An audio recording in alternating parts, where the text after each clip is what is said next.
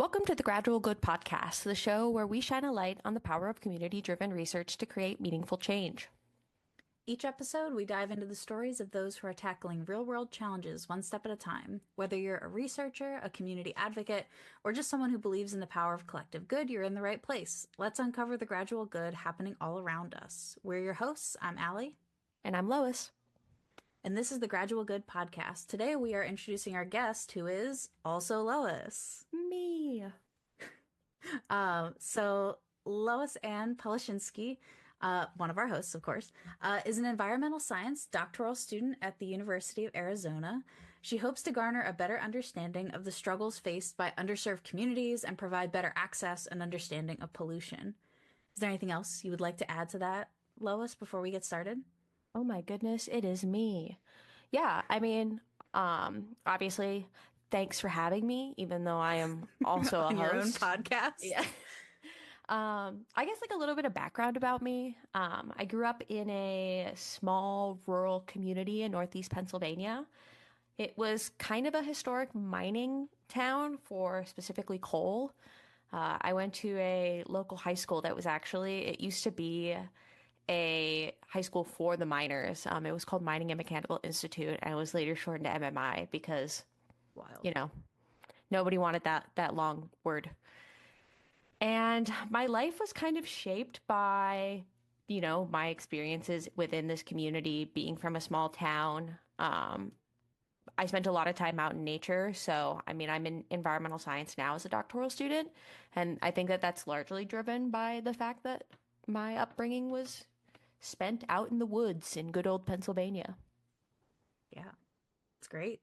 So you're out in the woods in Pennsylvania. Why grad school? Yeah, I think again, growing up in that like mining community and also in a community where I saw a lot of environmental injustices because of things like poverty, I got really interested in how the environment plays a role in human health and how we play a role in environmental health and that kind of like cycle. So I remember like one of the first science projects I ever did was I really wanted to understand how good green detergents were, like green laundry detergents. Ooh, And so yeah. I set up styrofoam cups with mealworms in them and soil, and I like diluted this green detergent and I poured it in there and waited to see if any of them died, and they ate through the styrofoam instead, so that failed. But that was kind of like my first sort of introduction into like trying to understand how we interact with our environment and how in return the environment interacts with us. Little Lois has got to get some IRB approval for Yeah. that stuff, man. Those mealworms don't mess Yeah. around. My They're science coming teacher for really you. hated them too. She refused to touch those cups, so it was all me. But Oh, it I was just in school? yeah, I was in school. Yep. Yepper. Wild.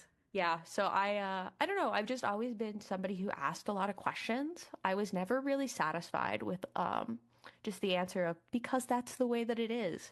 And Mm. so I kind of ended up in this like natural position where doing a PhD was like super exciting to me because I got to do the actual research instead of, being told the answers why I got to find the answers. So that's sort of how I ended up in grad school. Yeah, that's great. I feel like that goes directly against like some of the labs so I was an education major in undergrad and into my PhD, but I remember lots of the labs I had to do for my mandatory science classes were do the thing that many people before you have already done and we've already Yep. accepted as knowledge.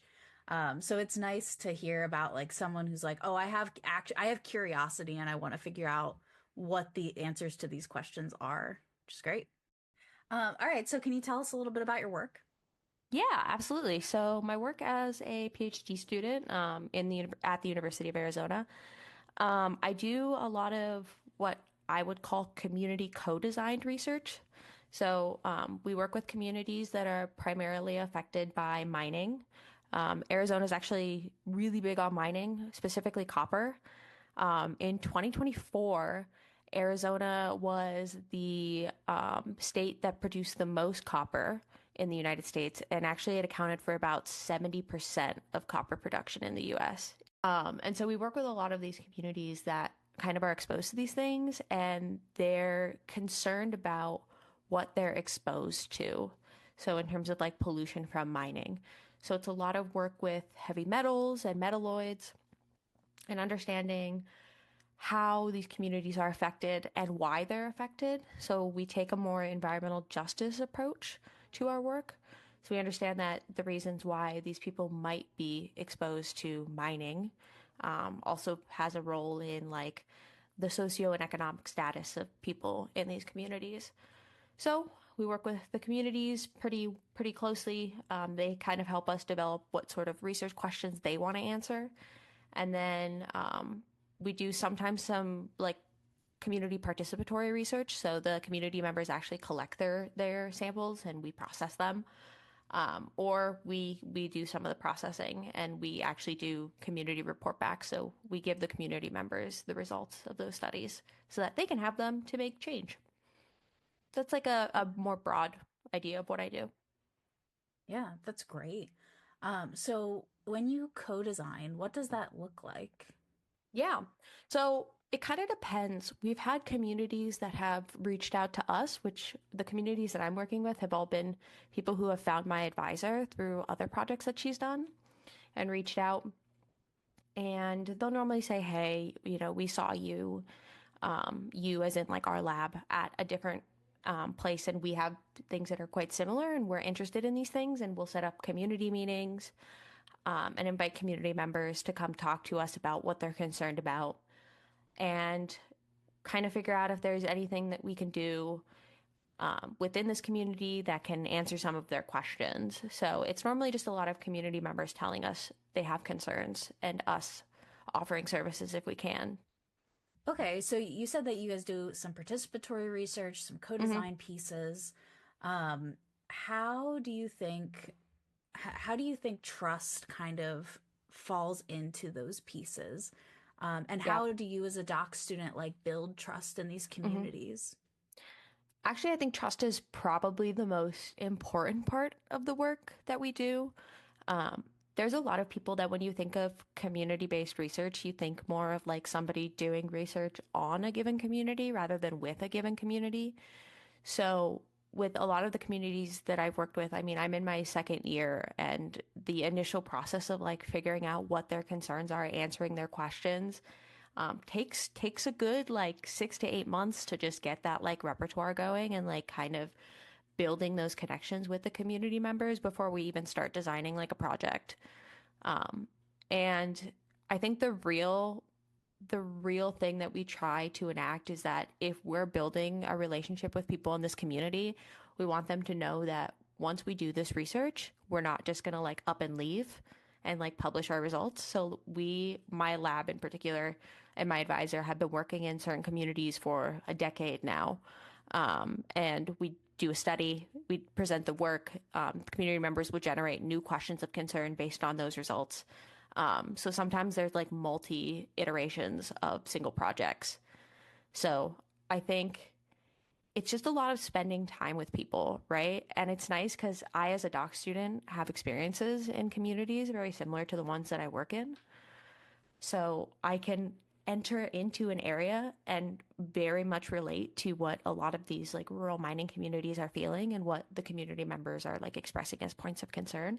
So I always make sure to like let them know that I always start with like an introduction of who I am, and the fact that I come from an area very similar, not copper mining, it was coal mining, but it just kind of helps build that relationship, which is nice. Yeah, I imagine it puts you in kind of an interesting place as a researcher too, because folks are reaching out to you and the lab that you're a part of for answers, essentially. But you also have to like value their perspective and their lived experiences as Mm-hmm. well. Have there been any challenges like navigating that, or do you have any suggestions for folks who are also like walking that line? Yeah, I think one thing that my advisor and the PI on my project has really instilled in me, which I actually love, is the idea of not going into communities with what we would call a deficit model. So not going into these communities assuming that, they're not going to know anything about science and we have to quote unquote dumb down, research and the things that we're working on because I mean, it's not accurate.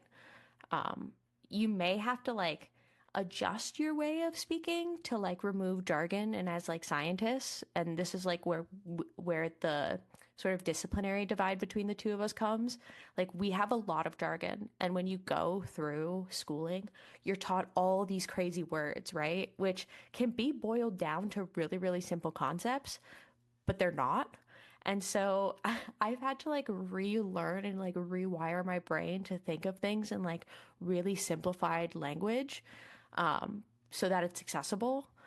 And I never thought that that would be like one of the hardest challenges of working with community members was, explaining my science in plain language, but it definitely has been.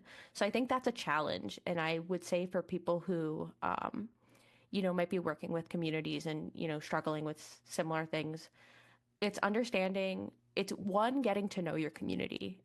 They will bring to the table a whole range of lived experiences that will help you answer questions. And they will be able to, ask you questions based on those lived experiences.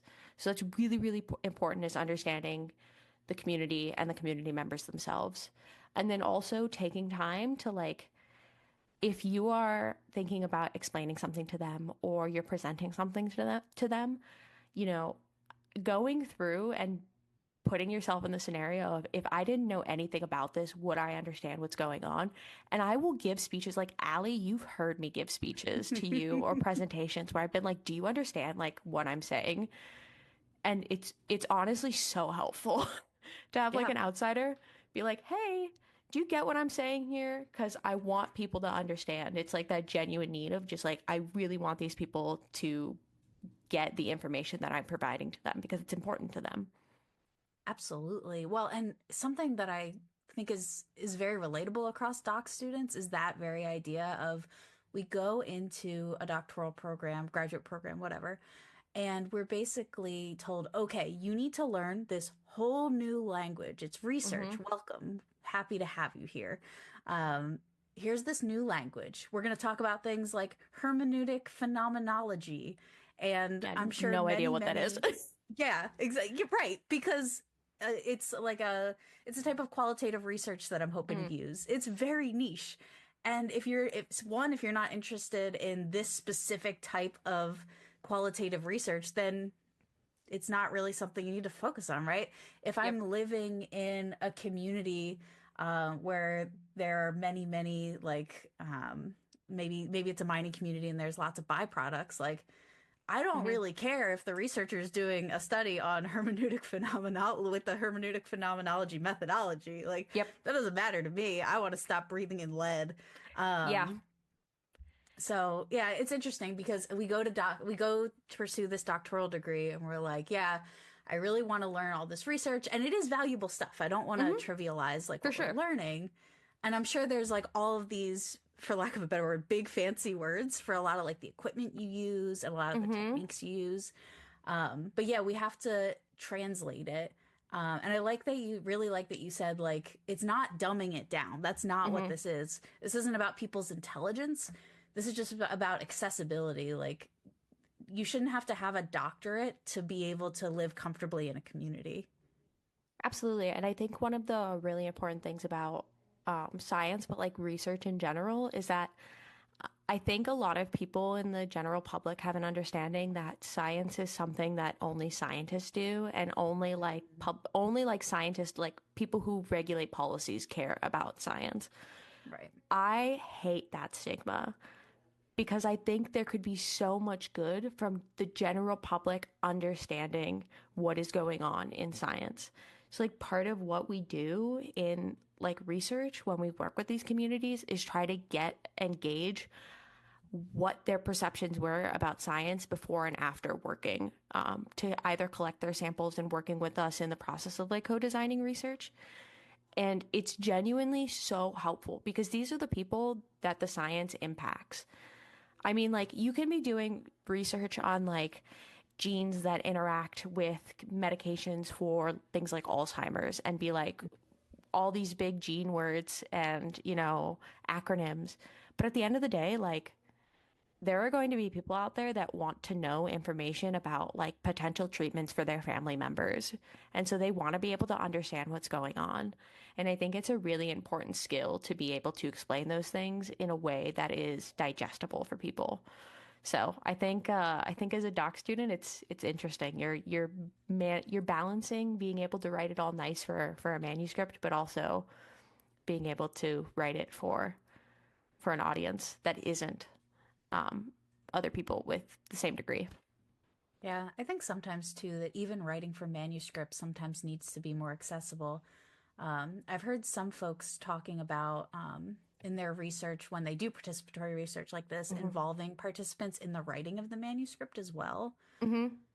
which seems to be a really awesome place to start to really make sure that like participant voice is heard.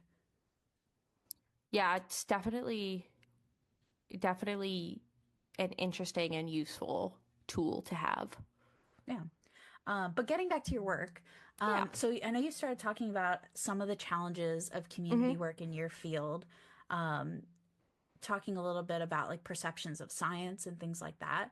Are Yeah. there any specific challenges to community work in pollution, specifically? Absolutely. I think at the end of the day, people in these communities that are facing, you know, potentially toxic pollutants are interested in three things. They want to be able to eat, play, and sleep in the place that they live. And so coming in as somebody who is essentially the expert on the matter, even though I'm still only a student, I have PIs and a team behind me. We are guiding them and helping them find answers. But at the end of the day, like we are a research organization, so I can't make governmental or like state agency decisions on how, these, you know, state environmental agencies choose to either clean up or not clean up, right? Like I can give the community members and I can give these agencies the data that we've collected. And we often do work with the agencies as well. It's not just working with like directly with community members, there are other people we engage and we share ideas back and forth. But at the end of the day, they have laws and like statutes that they have to follow, whereas we use very similar methodology. We use, very scientifically validated, rigorous methods, but we're not really constrained by a set of laws, whereas they are. So that's definitely a challenge and something we have to, explain to people frequently. And I think the other challenge specifically with pollution work is that places like Arizona, and this is again all over the world because the world is essentially just chemicals, right? Especially for things like metals, metals are present naturally, right? So there are naturally occurring metals. Separating out the difference between what would be considered, background level or like what already exists versus what exists because somebody came in and caused like additional exposure for so like in the case of mining you're digging stuff up right and you're making dust and it's like getting places that it wasn't before and it's contributing to a higher level. This would be what we would call like an anthropogenic source or like a man-made source. So Thank you. yes, of course. It's definitely a challenge to kind of work that out because I mean states normally have like a kind of understanding of what their background is, but it will still vary place to place. That makes sense. Well, and it's interesting too. I'm thinking about outside perceptions of your what sounds like very powerful work in communities. And I'm almost imagining that hopefully you've never encountered this sentiment, but I'm picturing someone who maybe grew up in a more privileged setting that has Hmm. of less of these issues. Almost imagining someone saying, "Oh, well, if there's that many pollutants, why don't they just move?" Yeah, Like and I could, yeah, I have experienced that before, and I have to often explain that pollution is a like a global issue, right? There is pretty much nowhere that you can go on Earth that is not polluted. There's a really interesting phenomenon for things like it's explained a lot with something that are called POPs or persistent organic pollutants. These are pollutants that generally tend to be like synthetic and man-made. So a lot of people may have heard of BPA, like in water bottles, when that Mm-hmm. happened. So like everybody switched to Nalgene because they were BPA free. Or the new one is PFAS, which are known as like the forever chemicals. So like if you go to look at like a new set of pots and pans, you'll see a lot of the boxes now will have a little label that say PFAS free, PFAS free. And it's just a chemical that was manufactured for non-stick, non-grease, water repellent sort of properties. But a lot of these pollutants actually end up moving around the earth through something that is coined the grasshopper effect. So these pollutants in areas that are hotter towards the equator will actually end up in the air and will deposit farther away, so farther from the equator, closer to the poles of the earth. And depending on how big they are, there have been pollutants that have been found in the Arctic. And people were very Wow. surprised by this when they first found levels of pollutants in the Arctic because these communities were not using or manufacturing these chemicals, but they were still there and in quite high concentrations. So the idea of like just move doesn't really work in practice. I mean, you can definitely mitigate some of your exposure by not being like directly by the source, but you will be exposed to these things even if you live in, I don't know, the middle of nowhere. So, Yeah, and I'm even thinking of even if moving were to work, right, and be incredibly effective. Like I'm thinking about my context. Like I live in Massachusetts, which is a very expensive state to live in. Real estate is mhm, very expensive, even to rent. And thinking about what Lois, you and I had started writing a paper mhm, about pollutants and how we can kind of raise awareness with kids and doing like authentic writing projects, which we can talk a little bit more in our next episode. But mhm, doing authentic writing projects about the environment, having mhm. kids advocate, be activists, things like that. But we were using some tools online on the I think it was the EPA's website, right? Yeah. To look at pollutants and things like that. And I'm like, oh, well, I'll look at where I live, which is a town that has like higher poverty levels, things like that. Mhm, And it's cheaper to live in mhm. just because of how Massachusetts works. And looking at it, I'm like, oh, I knew there was a factory in town, but I didn't put it together in my brain that of course there would be byproducts from that work there. And I think we learned that there's like higher formaldehyde in my area. And I'm like, oh, well, that's wild. I can't move Yeah. because, you can't afford anywhere else. So, yeah, I think there's a lot of nuance here, which is definitely important to think about, especially when you have like pushback like that. Yeah, and I think that that's even more of like a reason why when I do this work, I really try to approach it through like an environmental justice framework, right? Understanding that there are I we used it in the paper for when it ever comes out and people may want to read it, but there's a lot of research done on like why these sort of underserved vulnerable communities have higher levels of pollution and it goes really far back, but like really prime examples are like redlining, right? So there's lots of like historical understanding of why these things happen and it has persisted now as sort of this systemic inequity. And so really like working to understand that okay, the communities that I'm going to work with understanding like their sort of cultural, social, political, like economic, all of the above criteria is like extraordinarily important. It is probably one of the most valuable things that we do in the beginning of working with the community is understanding those things because it will inform a lot about what kind of questions they're going to ask, why they're asking them, and that'll help us with what we do. Yeah, I'm thinking too that talking to communities, they may already have some ideas about what's going on, maybe not at like the Hmm. deep scientific level that you guys come in and do. But I'm wondering how like they might even have some ideas of solutions. Oh Some that yeah. might be really helpful and some that might be dangerous. Yeah, definitely. I mean, whenever we're interacting with these communities, I mean, one thing we will always stress is that there are things that you can always do for like prevention.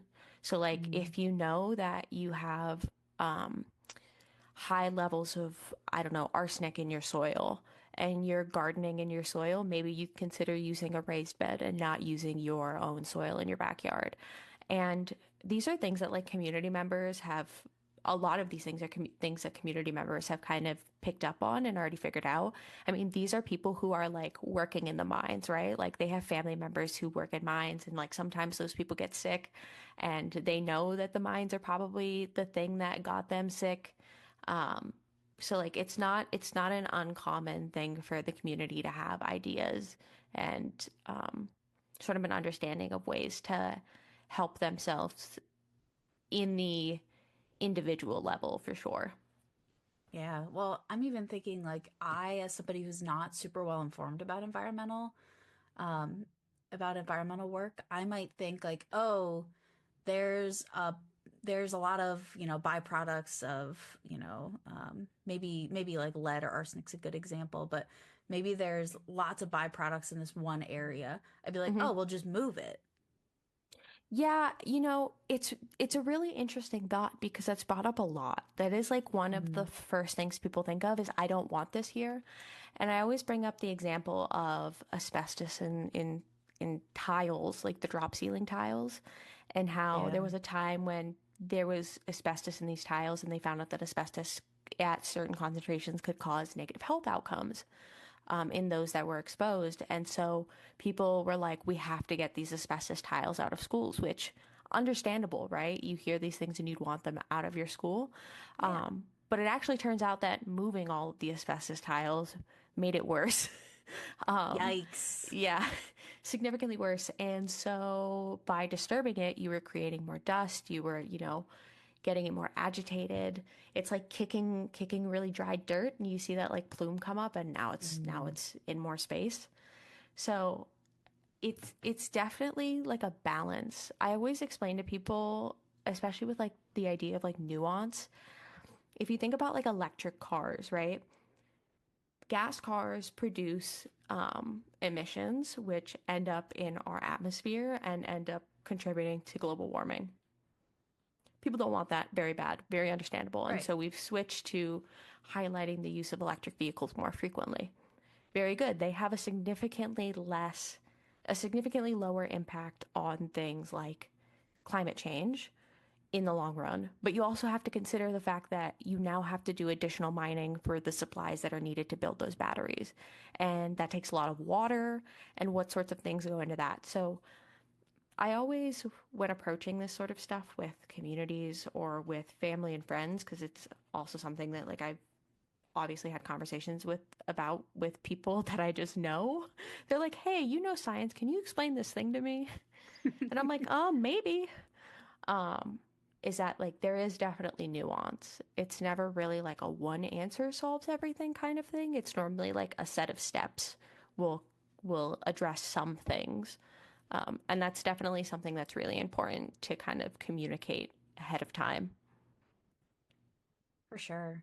So I imagine if like, if I'm driving my car, right, that's, it passes its state emission tests, things like Hmm. that. It's a, gasoline powered engine. You can tell I know a lot about cars by this conversation. But it would probably be worse, like if I have this like, new-ish car for me to go, oh, I should just get rid of this car and buy a brand new electric car in Yeah, that I mean, moment. I'm not really too sure about like the total environmental. I'm also not a car person. It's just the Yeah, example that's that I fair. use most frequently because it's like one of the most talked about things. Yeah, that makes Um, sense. there's always a, there is always a, how do I want to put this?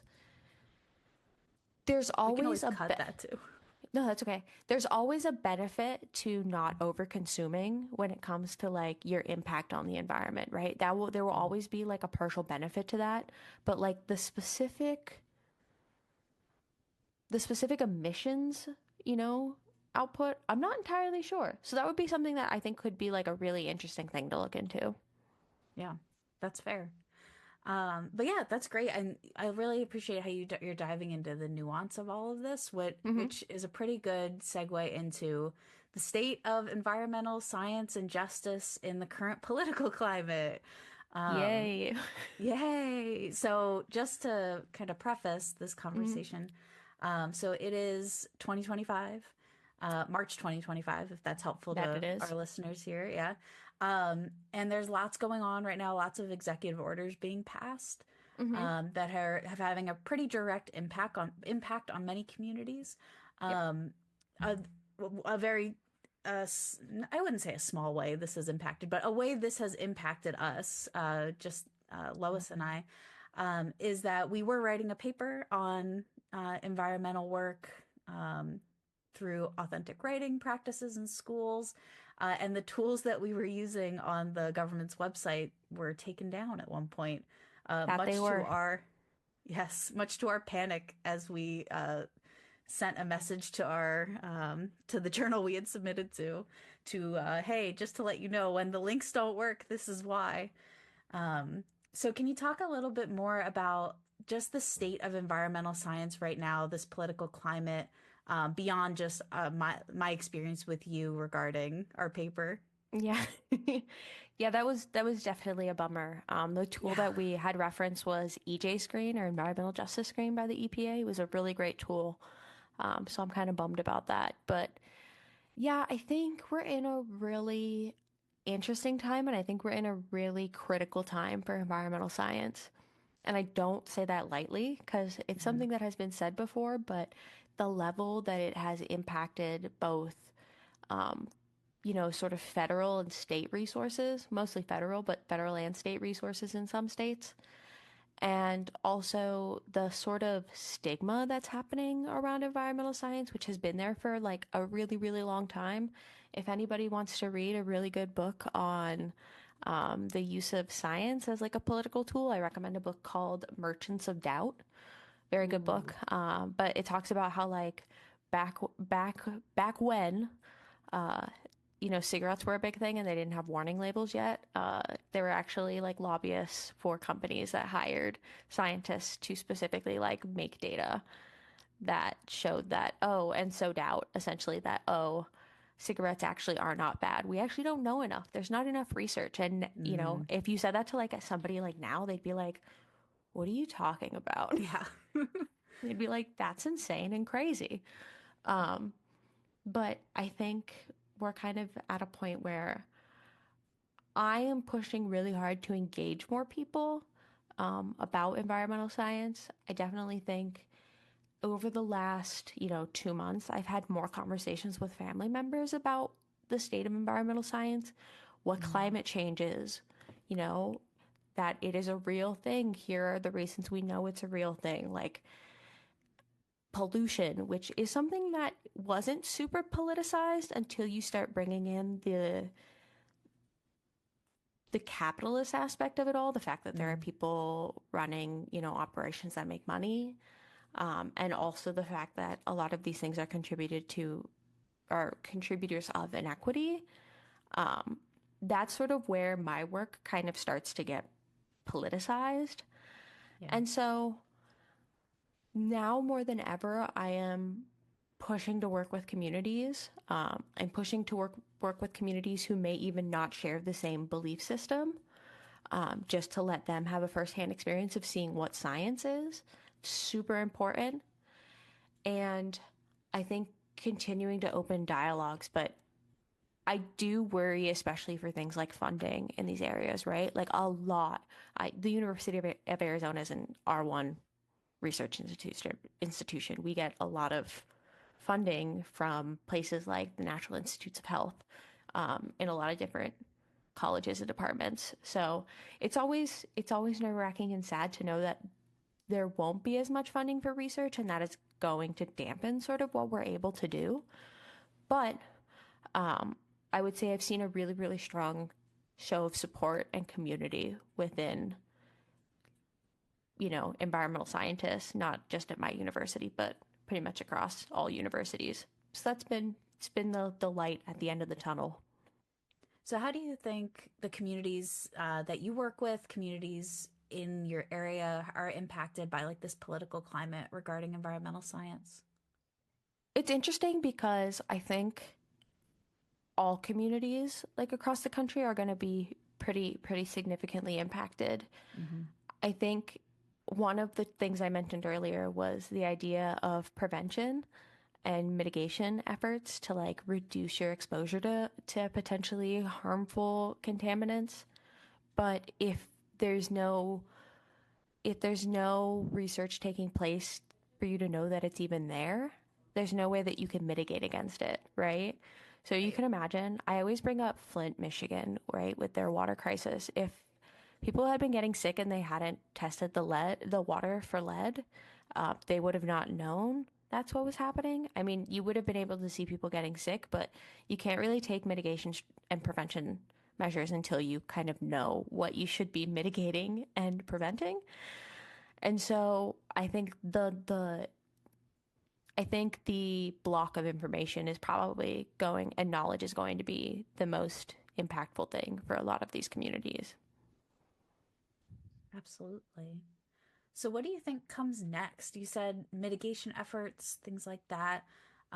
In this Yeah. political climate where environmental justice is right now, Hmm. what do you think people who are listening, who are not listening, what are our next steps? I think I kind of give sort of feedback to people who ask me this question as sort of like a tiered system. I Ooh, think okay. I like to think of things as like individual, community, and then like more broad, whether that be state or nationally. So individually, you should continue to educate yourself, continue to provide yourself with any knowledge or new information that you can about topics that you're concerned about, whether that be pollution, climate change, any number of science topics, right? Especially those that are currently being contested. That's sort of like your individual responsibilities to make sure that you have that knowledge. Then the next thing would be community based, right? So making sure that understanding what's happening within your communities, what are pressing concerns, right? Maybe you live in a community with a lot of farmers and, you have to start considering what water usage looks like amongst farmers, right? That would be a great thing to, go to community for and have open discussions with others who are facing very similar things and kind of having that support. And then at more of a, sort of state or global level, and even sometimes even community level, I would say advocacy for yourself, making sure that you are asking people who are in charge to protect you and keep you safe and healthy like you've elected them to do. And then sometimes they're not elected, but like in agencies that are designed to do those very things, making sure that you are, in fact, advocating for yourself in those ways, I think would be like the bigger step. So I think like those three things combined are like the things that contribute to sort of the next steps and what they look like.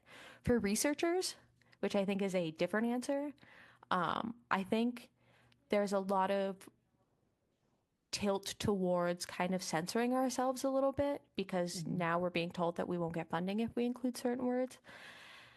And I understand it, and it probably will happen, but I would say continuing to push outside of that and continuing to do really important work because we know that it's important and to continue to support others in that research, right? I've had so many conversations with other people just in like a variety of departments about like what's going on.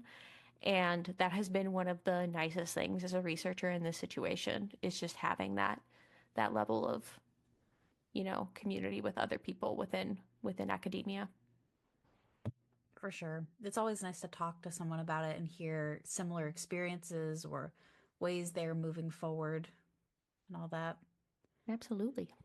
Yeah. All right. So this podcast is called The Gradual Good. So how do Hmm. you see your work contributing to the betterment of these communities? I hope that for people in these communities, they will be able to get the answers and the change that I wasn't really able to see in my communities growing up. Mm.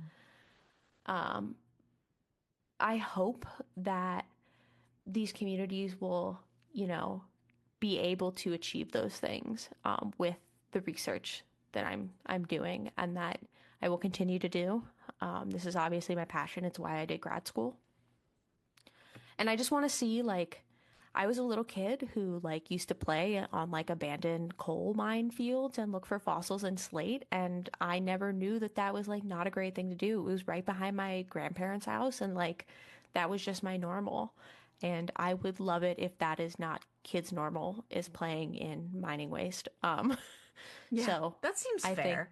yeah, it was a fun time for me. I found a lot of fossils, but Yeah. probably not the greatest long term. So yeah, I think that's just what I hope is, taking the experiences that I had, putting them into research, and then hopefully translating that into action for other communities. And maybe my own community one day, the community that I grew up in, Yeah, exactly. even though I'm all the way Well, over here in Arizona and not in Pennsylvania. you fled from Pennsylvania like I a true did. Pennsylvanian. Yeah. Yes. I was going to say too, it sounds like trying to make the world a place where families can still yell at their kids to go play outside. Yes, correct. Yeah, It's a good way to put it. beautiful. Yeah. All right. Well, thank you, Lois, for joining us. Of Thank course, you you. were kind of joining us anyway, but I appreciate you talking about your work. Yeah. Um, do you have any final thoughts or yeah, final thoughts before we end, or and tell us where we can find your work? Any shout outs you'd like to make? Ooh, I mean, if you Google my name, you'll probably find my lab profile somewhere or another, and probably We'll some link like to it in other, the show yeah, notes. probably some other random stuff. But I think I just want to say, to anybody who's listening that's like interested in these things, continue to ask questions, continue to be curious. It is one of the most important things that you can do for yourself is to ask that sort of why and how questioning. But yeah, thanks for having me. Great. Thanks for being here. Great. So you can see any of the research we've been referencing in the show notes. You can find us on the Gradual Goods Instagram page at the Gradual Good. And we're even on LinkedIn at the Woo! Gradual Good. Yeah, for sure. Such academics. I know. All right. Well, thank you everyone who tuned in to listen. Until next time, take care and stay curious.